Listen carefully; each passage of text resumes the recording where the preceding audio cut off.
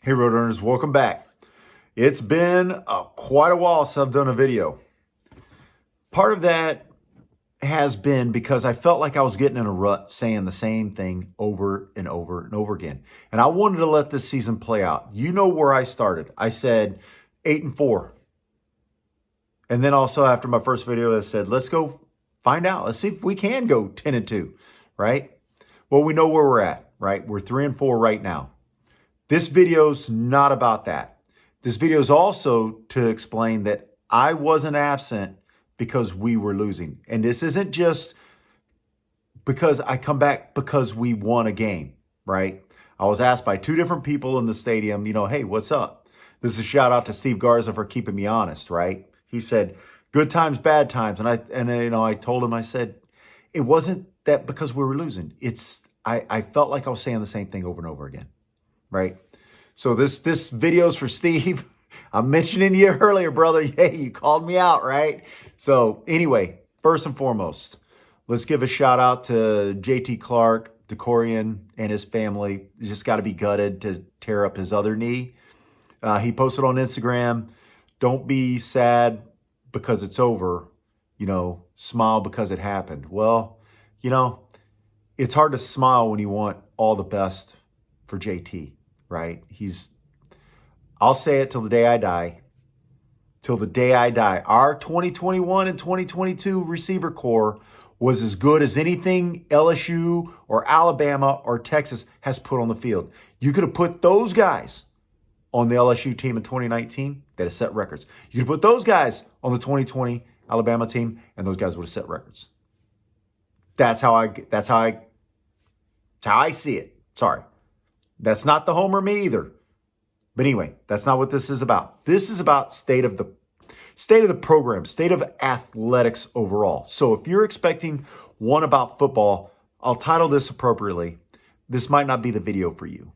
But I wanted to stay away because once all the rumors started happening about leaving the AAC, going to the Pac-12, and the people saying, oh, we're not ready, yada, yada, yada. You haven't won anything, yada, yada. They play the same old tired tropes, right? But then people said, well, you got to go. Ha ha, you ain't got the money to leave. Yeah, you're right. We didn't have the money to leave the AAC. We absolutely don't have the money to leave AAC. Let's put the money we spend in football in context. In football, of the teams that have to tell you how much money they're spending on football, that share how much money they're spending on football, ironically, Army and Navy don't list it. But we're below the middle, right? Of the 12 teams that listed, we're like number 5. Let that sink in. As far as money spent on the program, we're around 21, 22 million. Yeah. You aren't going to compete, and our results are actually showing it if you think about it.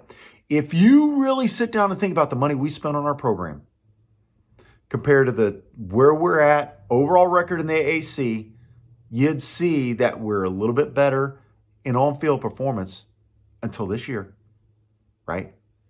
Because a lot of our performance had a lot to do with before NIL started really kicking our butt. All right.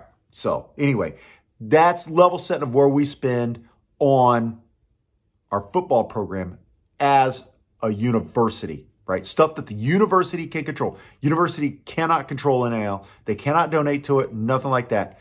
Nor do I think they ever will. Because the minute they do that is the minute they have to do NIL for every single athlete. Title IX, look it up if you don't know what I mean. Anyway, so let's get to it. Let's start about this. What does UTSA need? We obviously need more money. There's no ifs, ands, or buts about that. If you say, we got enough, I'm going to look you in the eye like this.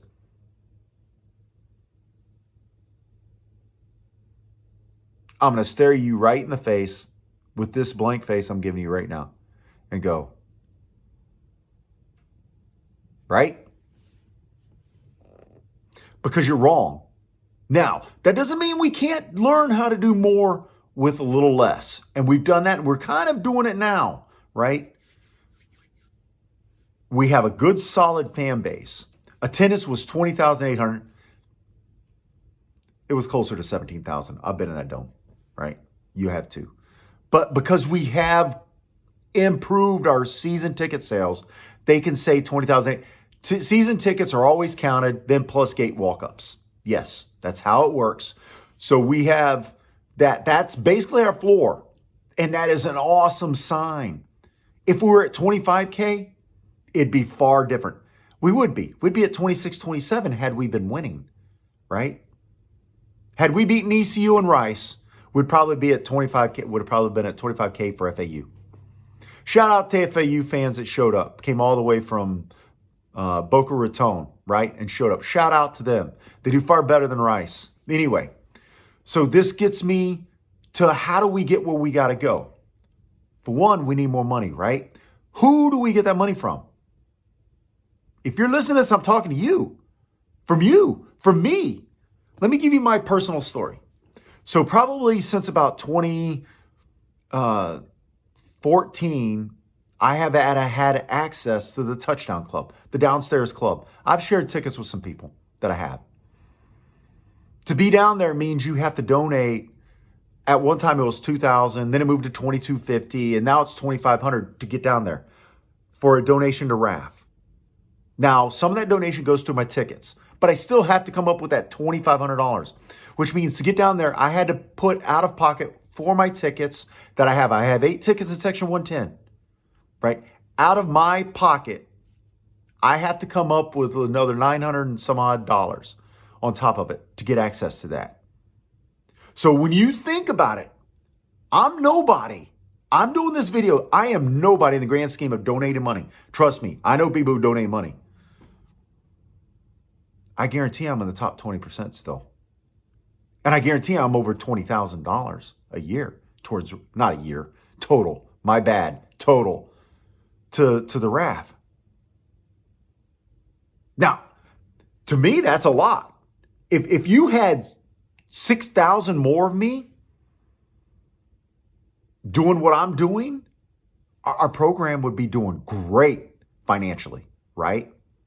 But here's the problem with the RAF. It doesn't just go to football. It goes to the whole kit and caboodle. So that's basketball, track, whoever. It supports all of that. So we need more money. Now, here's what's hurting us the biggest. You remove NIL, we stand a chance. Trust me on this.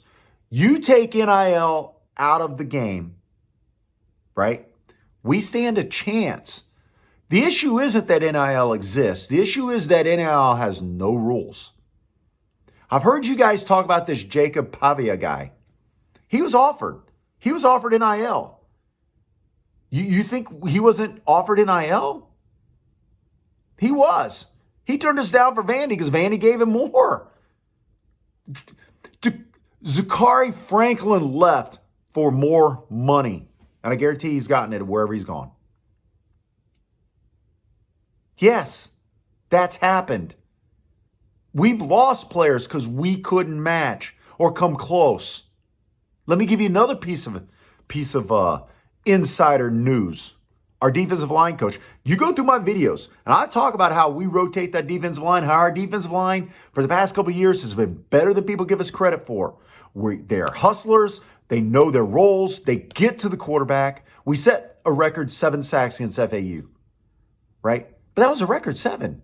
I think our previous record was 6. And 5, that's a lot. It wasn't like it went from 1 to 7, right? We almost lost Sadiq, who our defensive line coach, right? Run game coordinator also. We almost lost him because of money. And they did something to keep him. We have lost position coaches in the past. Offensive coordinator left us to go to Houston to be the running backs coach. He doubled his salary. Yes, while we are paying Coach Traylor $2.5 million, right? Part of that is paying the coaches, the assistant coaches a little better. They're still substandard, right? They are substandardly paid. We need to find a way to get them more money. A lot of that comes from donations to the university that pays that salary. right? Which do you do? NIL or UTSA, right? I will say, in my mind, and this is nothing against NIL, nothing against kids, but we have to have the foundation to win even in the NIL war. We ain't gonna, you could come up with $1 million. Do you think Isaiah Bond, Ryan Williams is gonna choose us knowing he's got to go outside and practice outside in the South Texas heat every dang practice without a cover, even a cover? Absolutely not. We could have offered him $2 million. He'd be like, no, I'll take the $1 million over here. There's other things, right? Being in a different conference, higher quality of competition, right? So that's what we need to fix is our base. Now, I have had people ask me, Joseph, my buddy, I've had people like, he's asking, what would you do? I said, well, for me, I'm only giving to the school. 100% right now is going to the school, right? I told him, I said, well, how much you giving? He said, he's thinking about like 100, 150 or 125. I said, you do know, you pinch off 50 to the Roadrunner Athletic Fund or the Capital Fund, which puts the covered up that we need, and put the other 75 towards an NIL. Runners Rising, whatever it is. I don't care, right? 210 Inspired, right? Whatever it is. But we need both, right? For me, my mind thinks, how much fun is it day after day after day living outside if I'm getting paid more than having a house, roof over my head, air conditioning, a nice bed, a shower, if I got paid half? Right? That's the hidden benefit is what I'm talking about. Now, we do have the race facility. That is a big upgrade from what we had. But you compare it to other stuff, it's standard fare. It's nice. I've been inside it. It's pretty cool, but it's standard fare, right? It's the minimum. That cover is the minimum. We don't even have it. Now, how do we get more money? I said, I looked at you. You got to go out of your way to look on the website, the UTSA website. There's ways to give, right? I will try to link it in my description here. And you can just click on it, one-time donation. Hey, if it's $50, that makes a bigger difference than you think. $5,000 donation covers a semester for an athlete. A $5,000 donation. So my $2,500 that I'm giving is half a scholarship athlete, or half an athlete. Because let's face it, they live on campus, they get fed. Even if they're walk-on, they're treated like a football player, right? So there's other stuff that you got to pay for. But think about what I'm saying. Nutrition has to be paid for. Here's another thing I say you should do. Buy tickets. Stop making excuses for why you can't go to a football game. Stop saying it's too hard. It's San Antonio, Texas. I live in Houston. It is not too hard to get to the Alamo Dome. There's parking everywhere around it. There's parking downtown. In fact, make a day of it. Go the Riverwalk. Buy the cheapest ticket you can buy, but be in the Dome. Park at River Center, right? Parking lot, and then go on the Riverwalk and enjoy your evening. Make a date of it with your wife, your boo, whoever, your bae, before anyone else, right? Or even with your kids. But at least find a way to get there. 1 time a year, 2 times a year, then pretty soon 3, then 4, then 5, then 6. If I can drive from Houston to there in a day trip and come back, you can find a way from Leon Valley, Balcones Heights, Almost Basin, the east side, the west side, the south side, South San Antonio. The Alamo Dome's the easiest dome to get to I've ever been to. The easiest. There's no ifs, ands, or buts about it. It's the easiest I've ever gotten to. Easier than Minute Maid Park, easier than Reliant Stadium, because there's fewer traffic lights around it, right? Parking's not as good as those stadiums, though. But anyway, now, Let me ask you this question. Say you're a season ticket holder. How often does the program even call you? This is our biggest weakness. You say, raise more money, raise more money, raise more money. Well, how many calls have you gotten? Share this video. Ask your friends, how many calls have you gotten from the fundraising department? Hey, how's it going? We notice you give. Is there anything we could do better to make you happier? To get a little bit more out of you? I had to beg on Twitter, how come I haven't gotten a phone call in 3 years? Now, mind you, I'm well over $20,000 in donations, lifetime, right? That's not a lot compared to the big boys, but I guarantee you, when you do the math, I'm pretty high up there. So why haven't they called me? They treat me like I'm a leper. They're mad at me because I'm critical, and I'm going to stay critical until they change their habits.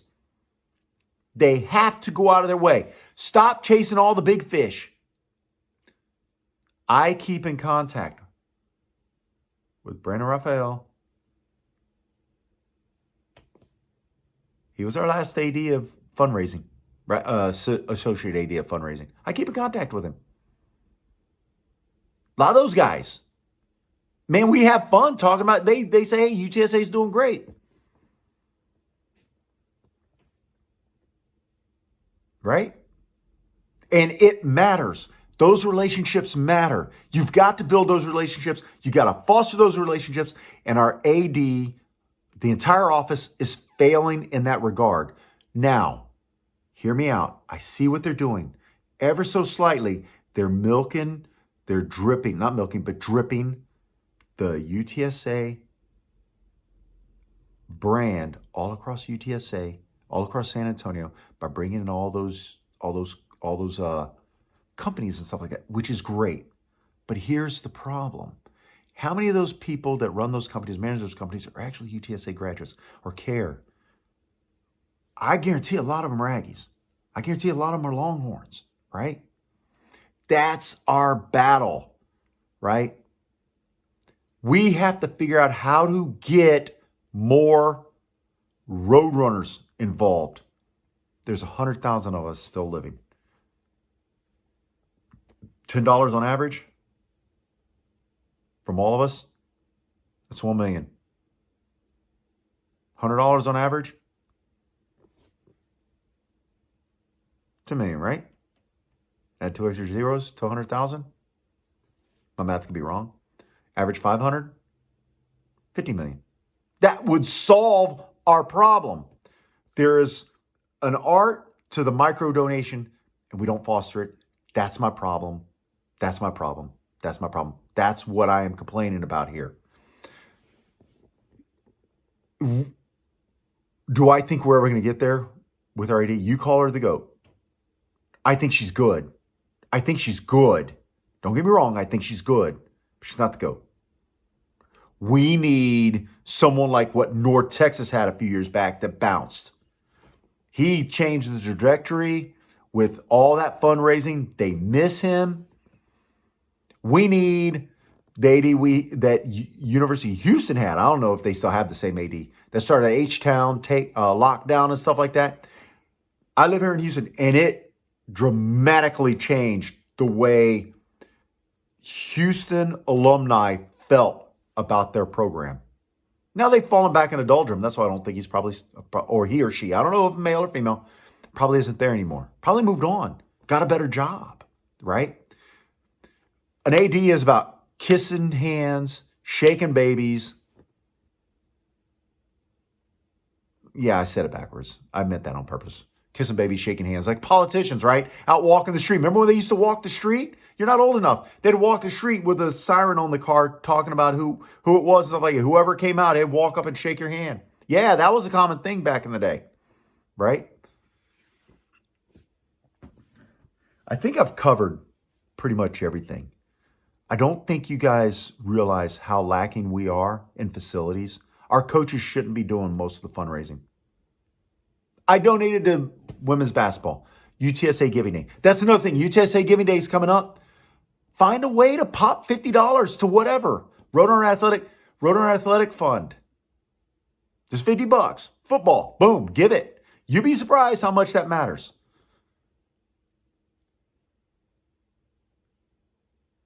I have been sent no less than a dozen, close to a dozen letters from our basketball coach thanking me for a donation and reminding me of a potluck coming up on a Tuesday night. Right? And invite me to it. I can't make it on a Tuesday night. I live in Houston. Now, when it changes, when I retire and I find my way back to San Antonio, you bet I'm going to be there for that stuff. I love college basketball. It's fun. Win or women, it's fun. I'm telling you, it's just a fun game, fun atmosphere. Last but not least, I talk about fundraising coaches. Last but not least, I am shouting out, and you share this with every student you got. Fast forward it to the 21-minute mark, whatever it takes. Tell them go there. Kudos to our students section. They are showing up, and that matters. And this ties into fundraising when years go on. Because students like that are engaged. Sorry, I'm low battery. Sorry about that. When students like that are engaged now, 10% of them become consistent donors in 10 years. That's how long it's going to take. But we've had them for 3 years now. Literally 3 years they have been there. And they're there this year. So now that's telling me we're only 7 years away before they find their way into the workforce. They start saying, you know what, I can at least be a member of the Alumni Association. I can start pinching a little money off. I can call them and say, hey, we can use your help. Can we set something up? Just $50 a month. That's all we ask. That's $600 a year, right? Now, money's tight. Don't get me wrong. But that's what I'm talking about in fundraising. But shout out to the student section. And shout out when FAU picked that ball up and that kid like, no, don't start talking. Don't start talking. Absolute legend. Congrats to him. But you know what best part was the kids booed him and stuff like that. They had fun. I didn't see anything that looked like obscenities and stuff like that. So they showed themselves to be class, right? Yeah, you're allowed to boo. I get it. Your kids, their kids. They're allowed to do it to each other, right? You know what I mean? But adults, no, come on, right? We don't do that. But it's fun to see the kids with the kids giving each other the business. That's what kids do, right? Shout out to them for being number one this year. And let me tell you something. We get that stadium to 40,000 people. We fill that student section up all the time. They start having overflow for the student section. They start adding a student section. And we start getting 28, start getting to 40. We're 26-3 under Jeff Traylor at home. I guarantee you our record stays that phenomenal at home. That is a phenomenal record at home. I know it's who we play, yada, yada, yada. But no, that is a phenomenal record at home. Shout out to the students. Birds up, people. Just remember, it starts with you. It starts with me. You will never see me post, someone else we need to raise more money. We need to go ask them for more money. No. I will say the AD needs to figure out how to raise more money. Start asking people for more money. But I will be one of the ones in line with my wallet, my cash in hand. I told the AD when we was talking about the Pac-12 coming out, I said, it doesn't matter who we play. I will still be here. I was here in 2011. I've missed one game. I left at halftime for another. All because of a medical reason for somebody in the family. Not because I was mad. That's it. I live in Houston. I've only missed 1.5 home games. You have no excuse if you're in the San Antonio area. None. But I'm not going to drag you. I've got tickets. I've offered them. People don't want to show up. They got better things to do. Yada, yada, yada. And you know what? Good. Don't tell me what's wrong with my program then. Because if you're not willing to be a force of change on the program, just like JT Clark was a force of change for our program, then I don't care. You don't matter to me. Peace out. birds up. I will see you guys in 2 weeks. It's an 11 o'clock start. That sucks. Well, you know what? Maybe they'll let us tailgate after. Anyway, peace out. Birds up. Hey, and Steve, this is for you.